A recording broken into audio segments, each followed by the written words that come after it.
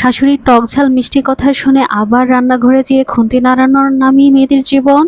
মেয়েদের আসলেই কোনো ঘর হয় না, না তো বাবার বাড়ি না তো স্বামীর বাড়ি। বাইরে থেকে তোমরা যতই আমার এই সাজানো গোছানো সংসার দেখো, এখানে কিন্তু রাজত্ব আমার শাশুড়িরই। এরপরও সবার মুখে মুখে একটাই কথা, এসব নাকি আমারই, এক সময় আমি রাজত্ব করব। জানি না কবে সেদিনের দেখা পাবো।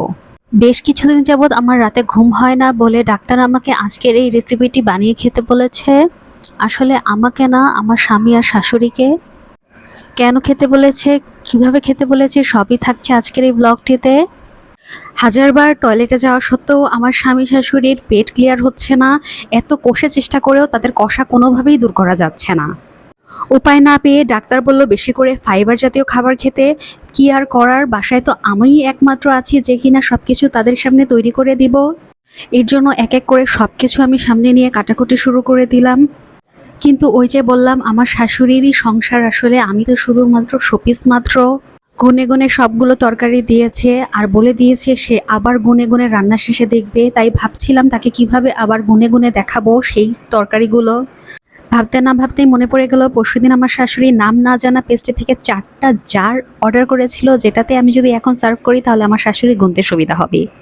একে একে রান্নাতে সবগুলো মশলা দিয়ে দিলাম, আর তেজপাতা তো অবশ্যই দিতে হবে ঘ্রাণের জন্য, কারণ আমার শাশুড়ির মতে প্রতিদিন সে যে পরিমাণ গ্যাস ছাড়ে তার এখন সবকিছু থেকেই তার গ্যাসের গন্ধ পেয়ে থাকে, যার জন্য এখন আমাকে তেজপাতা দিতে হয় প্রতিটি রান্নায়। আমার রান্নাটি কিন্তু প্রায় শেষের দিকে। এখন আমি এই স্যুপটার প্রত্যেকটা জারের মধ্যে ঢুকিয়ে দিব, আর তোমরা দেখতেই পারছো কি পরিমাণ কালার। আর আশা করি তোমরাও এতক্ষণে বুঝে গিয়েছো যে আমি কেন সারা রাত ঘুমাতে পারি না।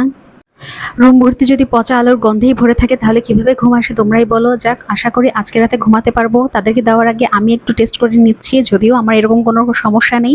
আর আশা করি তোমাদেরও বাসায় যদি কারো কোনোরকম এরকম সমস্যা থাকে তোমরাও ট্রাই করবা। আজকে এই পর্যন্তই।